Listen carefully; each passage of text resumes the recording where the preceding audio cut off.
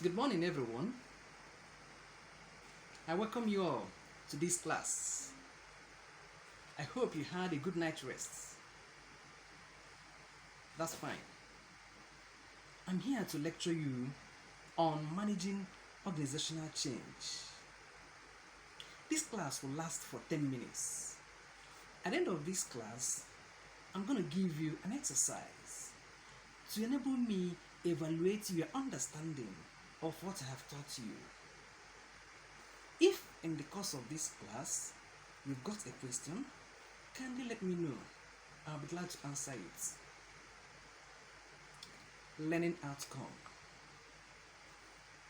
By the end of this class, I expect you to understand the effective ways of managing change in an organization. Number two, I expect you to understand how to effectively manage employee resistance to change. Change is a natural phenomenon that is essential for organizational growth and development. You cannot wish change away in an organizational environment. There are several factors that can prompt organizational change. For example, if there is change in government policies or regulations, it will bring about change. Another example, if an organization deploys new technologies, it will prompt change in an organization. Change must arise at one time or the other in the organization. It is therefore important that the organization would have an effective way of managing change so that change implementation will bring about success. There are various ways to manage change. I'm going to give you one. But before I give you one, what does it mean to manage change? What does it involve?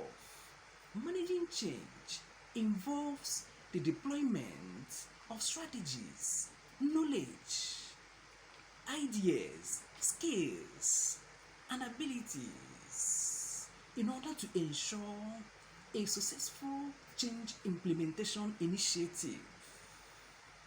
Managing change is not everybody's affair. Not at all. It is for the trained experts. When the trained expert manages change, the change will come out successfully. But when it is done by an untrained personnel, it will lead to demotivated workforce. And when there is a demotivated workforce, it will lead to low productivity and invariably lead to organizational disharmony.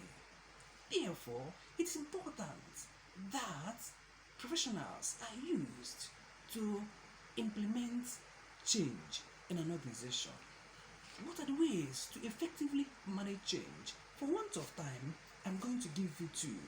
Number one, build a guiding coalition. This involves bringing a collection of individuals who have complementary skills. These individuals are individuals who believe in the change agenda. They will see to it that the change is successfully implemented. You have to make them a formidable team. If they are a formidable team, success is guaranteed. Number two, celebrate short-term wins. This is very important. You do not need to wait till the end of the change program before you begin to celebrate short-term wins. Some change programs may take 2 weeks, 3 weeks, 1 month, 3 months, 5 months, or thereabouts. Therefore, it's important that the management get staff to celebrate short-term win. When short-term win is celebrated, it is a kind of motivation to the employees. It is a way of bringing out the best in them. It is a way of ensuring that they are committed to the cause. Now, not everybody will accept change. Naturally speaking, people do resist change. Now, this brings me to detailing how to manage resistance to change by employees. Employees sometimes would resist change. What do? How do you manage change? How do you manage resistance to change? Number one thing you've got to do is to involve all those that will be involved, that will be affected by the change in the change management process. If you involve all those that will be involved in the change management process, it makes the whole thing easy. If the change will affect the entire organization, what you've got to do is to involve the various unit heads. When you involve the various unit heads, it is going to be driven home by the various unit heads to their subordinates. So, one of the effective ways of managing resistance to change is to involve those who will be affected in the change process. And number two, reward desired behavior and performance. Those who perform creditably should be rewarded. When you reward them, it gives them an internal motivation. Reward them with both financial and non-financial reward. It is a way to even motivating others to do the same. As a way of recap, number one, I mentioned effective ways of managing change, and I say to you that building a guiding coalition is number one, and number two, celebrating short-term wins. Now, how do you manage change?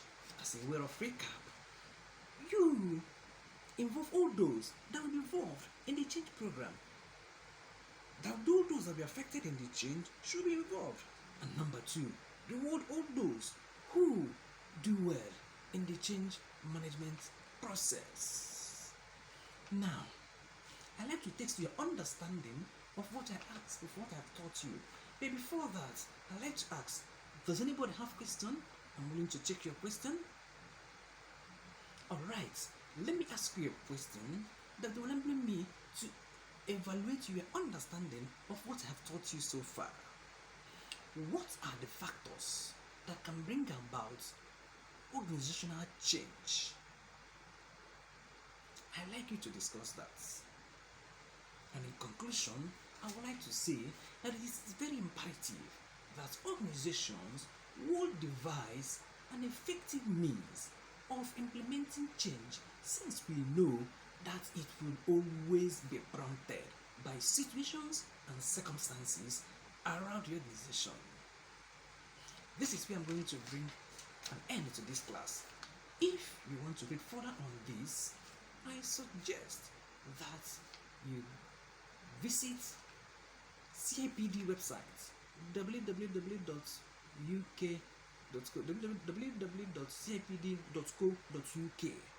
That is if you're a member of CIPD. But if you're not a member, I suggest you read a book titled Dynamics of Change by Andrew Anderson. It is well elaborated, that place. Thank you for your time. Bye.